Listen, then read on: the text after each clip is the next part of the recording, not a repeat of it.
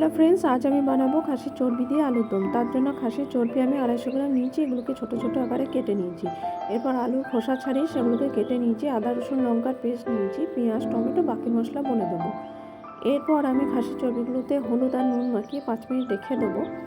তারপর কড়াইয়ে তেল গরম করে আলুতে আমি নুন আর আগে থেকে লঙ্কা মিশিয়ে রেখেছিলাম, সেটাকে আমি ভেজে নেবো। ভাজার পর একে একে আলুগুলো তুলে নেবো, আর রান্নাটা হবে কম আছে। তার মধ্যে ওই সর্ষের তেলের মধ্যে আমি গরম মশলা দিয়ে দিলাম, 1 সেকেন্ড মতো ভেজে নিয়ে দিয়ে দিলাম গোটা জিরের পর আমি দেব পেঁয়াজ আর টমেটো একসাথে। পেঁয়াজ আর টমেটো নাড়ার সাথে সাথে যাতে তাড়াতাড়ি সিদ্ধ হয়ে যায় আমি একটু নুন দিয়ে দেবো। এরপর ভালো করে কষিয়ে নিয়ে আদা রসুন লঙ্কার পেস্টটা আমি দিয়ে দেবো, সেটা নিয়েও ভালো করে কষাবো। এরপর হলুদ গুঁড়ো, জিরে গুঁড়ো, ধনে গুঁড়ো এবং কাশ্মীরি লঙ্কার গুঁড়ো এবং নুন দিয়ে আমি ভালো করে কষাবো। যতক্ষণ না তেল ছাড়ছে ততক্ষণ কষিয়ে যাব। এরপর তেল ছেড়ে দিয়েছে দেখুন।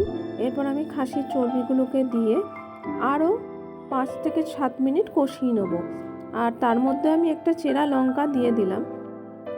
এরপর কষানো হয়ে গেছে আমার। এরপর আমি ভেজে রাখা আলুগুলোকে দিয়ে আমি আরও 10 মিনিট কষাবো। এবার যে মশলার বাটিটা ছিল সেটা ধুয়ে জল দেব। এরপর আমি রান্নাটা করব কুকারে আমি এটা ঢেলে নিয়েছি এবং আমি পরিমাণ মতো জল দিয়েছি। জল দিয়ে 2টো সিটি দিয়েছি। আবার 2টো সিটির পর ফিরে এসেছি। নামানোর আগে আমি গরম মশলা দিয়ে একটু 5 মিনিট ফুটিয়ে নেব। এভাবেই আমার আলুর দম একদম তৈরি। আপনারাও বাড়িতে এভাবে ট্রাই করবেন। আজকে টাটা, আবারও পরে দেখা হবে। Thank you.